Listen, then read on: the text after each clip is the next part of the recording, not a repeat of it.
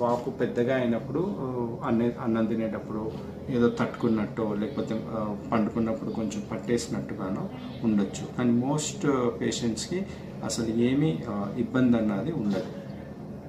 ఈ వాపు వచ్చినప్పుడు మనం ఏం పరీక్షలు చేయించుకోవాలి? ఫస్ట్ మీరు వాపు వచ్చిందని డాక్టర్ దగ్గరికి వెళ్ళినప్పుడు ఫస్ట్ వాళ్ళు థైరాయిడ్ గ్రంథి సరిగ్గా పనిచేస్తుందా లేదా అన్నది కొన్ని పరీక్షలు చేస్తారు. అంటే థైరాయిడ్ టెస్ట్ చేస్తారు. TSH, T3, T4 అని ఉంటుంది.